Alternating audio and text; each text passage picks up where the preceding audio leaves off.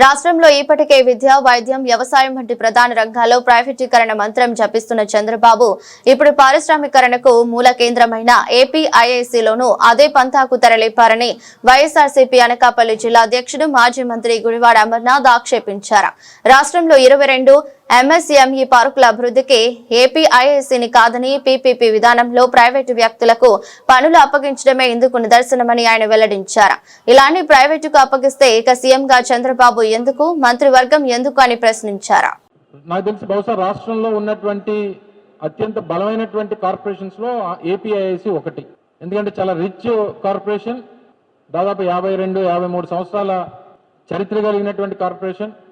ఉమ్మడి ఆంధ్రప్రదేశ్ రాష్ట్రం నుంచి రాష్ట్ర విభజన తర్వాత కానీ ఏపీఐసి ద్వారా పెద్ద పెద్ద ఇండస్ట్రియల్ పార్కుల్ని అభివృద్ధి చేసి అటు ఎంఎస్ఎంఈస్గా అనేక రంగాల్లో ఉన్నటువంటి వ్యాపారస్తుల్ని తీసుకుని వచ్చి వారికి అవకాశాలు కల్పించి వారి ద్వారా ఉద్యోగ అవకాశాలు కల్పించి తద్వారా రాష్ట్ర ప్రభుత్వానికి సంబంధించినటువంటి ఏపీఐసికి రెవెన్యూ జనరేట్ చేస్తూ రాష్ట్ర రెవెన్యూకి కూడా డబ్బులు సమకూరుస్తూ చేసినటువంటి ఒక గొప్ప కార్పొరేషన్. నాకు తెలిసి బహుశా 550 పైచీలకు ఇండస్ట్రియల్ పార్కుల్ని రాష్ట్రంలో అభివృద్ధి చేసినటువంటి ఘనత ఏపీఐసికి ఉంది. సహజంగా ఏపీఐసికి ప్రతి కేబినెట్ సమావేశంలో నాకు తెలిసి బహుశా నేను మంత్రిగా ఉండగా ప్రతి నెల ఒక కేబినెట్ సమావేశం, దాదాపు నేను 15-20 కేబినెట్ సమావేశాల్లో నాకు అవకాశం వచ్చి నేను ఉన్నాను.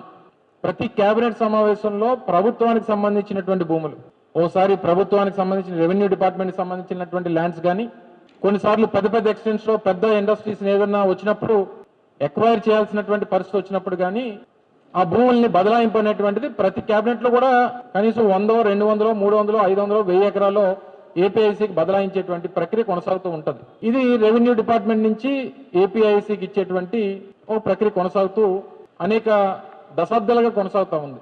మొట్టమొదటిసారిగా ఈ రాష్ట్ర ప్రభుత్వం ఏపీఐసి ద్వారా కాకుండా ఏపీఐసి ఇచ్చినటువంటి భూముల్ని ప్రైవేట్ వ్యక్తులకి వాటిని అప్పచెప్పేటువంటి దానికి రాష్ట్రంలో 22 ప్రాంతాల్లో రాష్ట్ర వ్యాప్తంగా పీపీపీ పద్ధతిలో ఇండస్ట్రియల్ పార్కులు డెవలప్ చేయమని చెప్పి ఒక సర్క్యులర్ లేదా ఒక బిడ్ని కాల్ఫర్ చేసింది ఏపీఐసి. నాకు తెలిసి ఇప్పటి వరకు అటువంటిది ఎప్పుడు కూడా చరిత్రలో లేదు. ఎందుకంటే సహజంగా భూమి కొనుగోలు చేసేటువంటి ప్రక్రియ ఉన్నప్పుడు వారికి ఏదైనా ఇబ్బంది వస్తే ఈ సమయంలో మనం భూమి కొనుగోలు చేయలేము, లేదా ఈ సమయంలో మనం అభివృద్ధి చేయలేము, మన దగ్గర డబ్బులు లేవు అని చెప్పని అనడానికి ప్రభుత్వం ఫ్రీగా రెవెన్యూ డిపార్ట్మెంట్ నుంచో లేదా ఇతర డిపార్ట్మెంట్స్ నుంచో వాటిని ఏపీఐసికి ఉచితంగా బదలాయింపు చేసినప్పుడు కేవలం వాటిని అభివృద్ధి చేసేటువంటి బాధ్యత మాత్రమే ఏపీఐసి తీసుకోవాల్సినటువంటి పరిస్థితి ఉన్నప్పుడు అది చేయకుండా ఎందుకు ప్రైవేట్ వ్యక్తుల చేతిలో పెట్టాలనేటువంటి ఒక నీచమైనటువంటి ఆలోచన ఎందుకు ఈ ప్రభుత్వానికి వచ్చింది.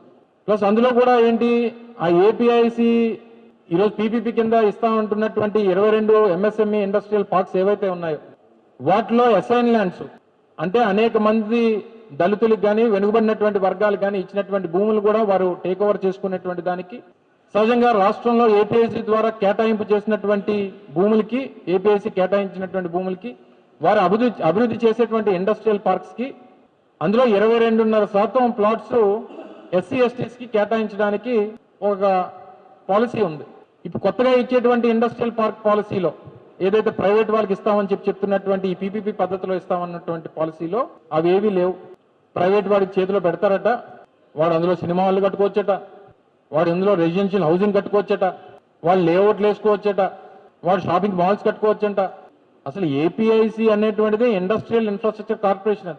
అంటే మీరు ఇస్తున్నటువంటిది ఎవరైతే ఎంటర్ప్రీనర్స్ ఉన్నారో అంటే ఔత్సాహిక వ్యాపారస్తులు, ఇండస్ట్రియలిస్టులు ఇక్కడ ఉన్నటువంటి వనరులను వినియోగించుకోనో, ఇక్కడ ఉన్నటువంటి వర్క్ ఫోర్స్ని వినియోగించుకోనో ఇక్కడ వ్యాపారాలు చేసి తద్వారా అభివృద్ధి చెందాలనుకున్నటువంటి ఎవరైతే ఇండస్ట్రియలిస్టులు కానీ చిన్న చిన్న వ్యాపారస్తులు కానీ వారి కోసం కేటాయింపబడినటువంటి ఈ సంస్థ, ఈ భూములు కేవలం రియల్ ఎస్టేట్ చెందినటువంటి సంస్థలకు అప్పచెప్పడానికి తీసుకున్నటువంటి ఒక పెద్ద స్కామ్ ఇది అనేటువంటి విషయాన్ని ఈ సందర్భంగా తెలియజేస్తా ఉన్నా.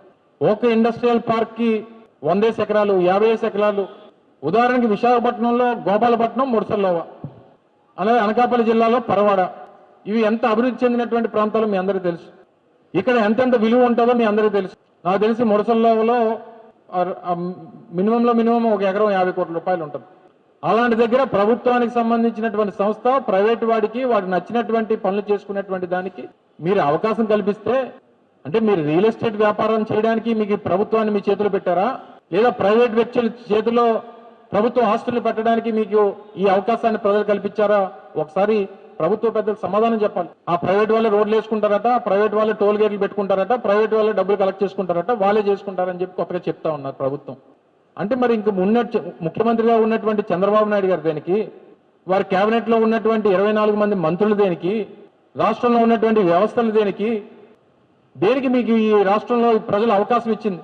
ప్రజా ఆమోగ్యమైనటువంటి పరిపాలన చేస్తారని, ప్రజలకి చేరువుగా అవకాశాలు ప్రభుత్వాలు కల్పిస్తాయని, విద్యా వైద్యం అనేటువంటిది ఒక గొప్ప లక్ష్యంతో ముందుకు తీసుకెళ్తారని, రాష్ట్రానికి రెవెన్యూ జనరేట్ చేసేటువంటి పారిశ్రామిక అభివృద్ధి చేస్తారని, ఓ ప్రభుత్వం వచ్చినప్పుడు ఆ ప్రభుత్వం నుంచి ఆశించేటువంటిది, ప్రజలు ఆశించేటువంటిది ఇవన్నీ వీటిని ఆశిస్తూ ఉంటారు ప్రజలు.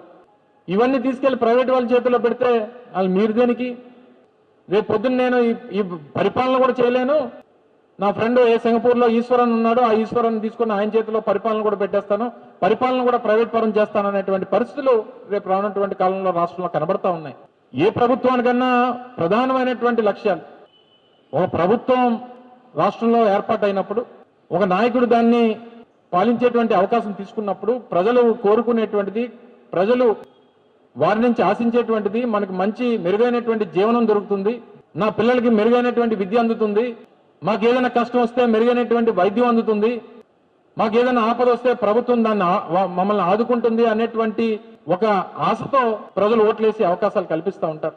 వాటన్నిటిని కూడా అడియాసలు చేసి this is anchor Ravi. Hi అండి, నేను మీ Jabardasth auto punch Ramprasad. Hi, it's me Madhavilatha. Hello అండి, నేను మీ సుడిగాలి సుధీర్. హాయ్ హలో, నేను Jabardasth Sri. Please subscribe to public talk TV. Please subscribe to public talk TV. Please subscribe to public talk TV. Please subscribe to public talk TV.